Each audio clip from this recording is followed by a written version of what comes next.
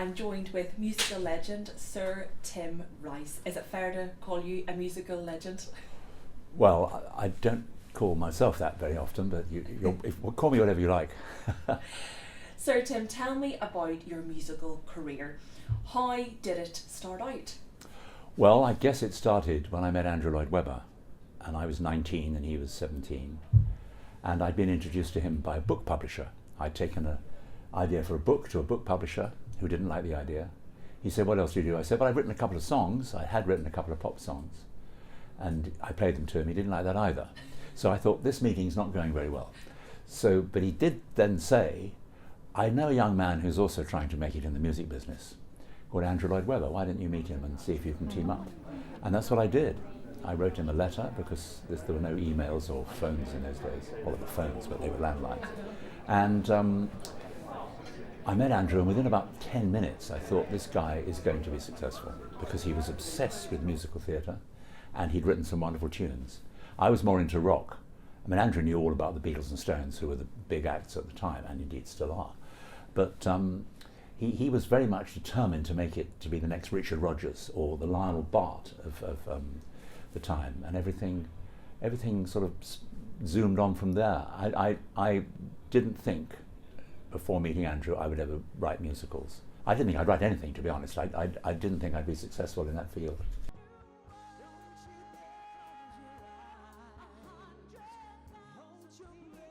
You've been doing it as well for quite some time, and you're literally now stepping from behind the curtain on the stage with the show My Life in Musicals. Tell me about the show. What can people expect? Well, I did the tour last year in England alone. I felt rather guilty that I hadn't come to Northern Ireland, or for that matter, Southern Ireland, Wales, Scotland.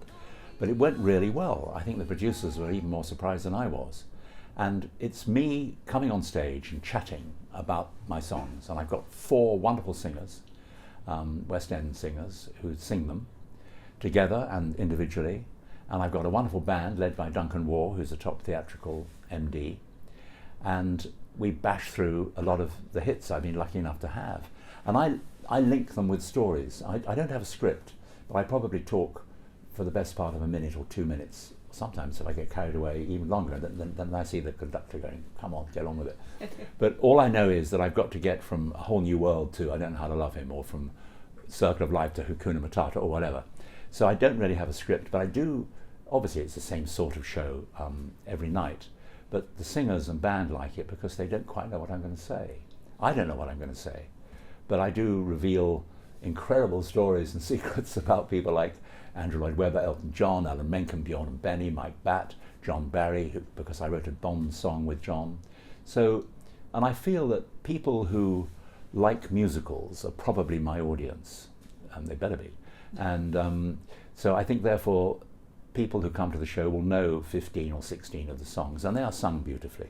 I just sing one little bit of one number, so please don't let that put you off. And we play 1 or 2 unknown songs that I'd hope would be hits and weren't, but mainly it's Evita, Lion King, Joseph, all that, chess. And out of all the shows, what has been the highlight? Well, I'm often asked this, and I think looking back on it, the highlight of my writing career in a way was the opening night of Evita back in 1978. The show, we'd had a hit with the record, but we were still rather thought of, I think, as one-hit wonders. Joseph hadn't yet become a big West End thing. Superstar had been a big hit, but people thought, yeah, Ava Peron, bad idea. But it worked, and the show was brilliantly performed by Elaine Page and David Essex and Joss Ackland. And it was superbly directed by Hal Prince. And I remember saying to Andrew that night at the opening night party, well, we're not one-hit wonders now. We might be 2-hit wonders, but at least we're not one-hit wonders. And I did feel Evita was a pretty good show. And just before I ask you, what are you working on now, if you can give me anything away, just tell us again. Tell us all the shows you've worked on. All of them? Well, some of them have been total. Ones that we you want a all complete know. list? We have a big list. Well, the ones featured in this show, gosh, I can remember Joseph, Superstar, Evita. I nearly said Cats, but that had nothing to do with me. So there's no Phantom of the Opera. If you think that's coming, I didn't do that one. Chess, Lion King, Aladdin, Beauty and the Beast, there were one or two others. I can't remember them all. Brilliant. But I should remember most of them on the night. Well, can I ask you now, what are you working on? Well, the only thing I'm working on at the moment, I've got one or two ideas in very early stages.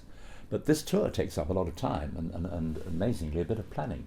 I'm with Andrew writing a few songs for a comedy called Sherlock Holmes and the 12 Days of Christmas. And that's opening in Birmingham in November, I think. And it's a comedy, it's not really a musical. But Humphrey Carr is a friend of mine who wrote the script with David Reed. And they said, any chance of a couple of songs? And I said, okay, but who'll do the music? And he said, well, why don't you ask your friend Andrew? I said, I did, and Andrew said, fine. But it's not an Andrew Lloyd Webber, Tim Rice musical, but it will have some of our songs in it, new songs. Brilliant, Tim. And tell me, you've always wrote for performers, and it must have been, quite difficult, as you have to depend on the performers, to give you your vision. Well, you're right. You never quite know what you're going to get. And if you write a show like Evita, we auditioned, I'm not exaggerating, 200 or 300 singers, many of whom are really good. And we had no idea who was going to do the show. We thought Julie Covington would, because she had a big hit with the record before the show. But she didn't want to do it, and in the end Elaine Page emerged, and she was already established, but she wasn't then a star, and that was the show that made her a star, and she did brilliantly. And I sometimes think if Elaine and David hadn't been good and the show hadn't worked, maybe that would have been it for us, because we might have been one-hit wonders. You so depend on great performers. I mean, writing it is one thing, performing it's another, and I'm not really a performer, except I'm brilliant when I'm on stage chatting to these, chatting about the songs. I'm a talker, really. And who has been your favourite performer that you've worked with? That would be very invidious for me to name a favourite performer. Fair enough. And people love going to see musicals. What does the audience tell you what they want and what they like? Well, I mean, in any one show, if you get applause, you assume they had quite a good time. It's really something you can only tell after quite a long period of time. I mean, some shows get a fantastic reception at the opening night and then they don't run very well. Other shows take time to build. Ditto with songs. So I think on any one performance, you can say at the end of it, oh, I think they had a good time. But you don't really know the impact of the work until it's been around for a while. Something can appear and be quite popular for a year and then disappear. But I mean, something like Joseph took forever to get going, and frankly we never thought it was going to be anything other than a school concert. It was written as a school concert for one school, for one show, and that turned eventually and slowly into a big show which has been running for 60 odd years. But it's also still, I'm glad to say, Joseph is still a great staple of school performances, and to this day I really enjoy seeing Joseph done in schools by kids aged about 9 or 10.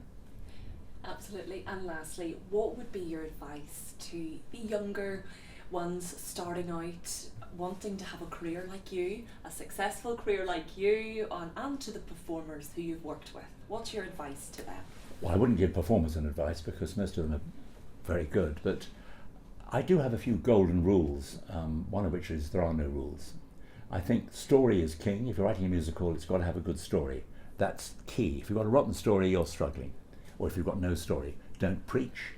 Keep it short, and write what you would like if somebody else had written it. Don't write what you think the world will like, or one particular group of people will like. Write what you would like.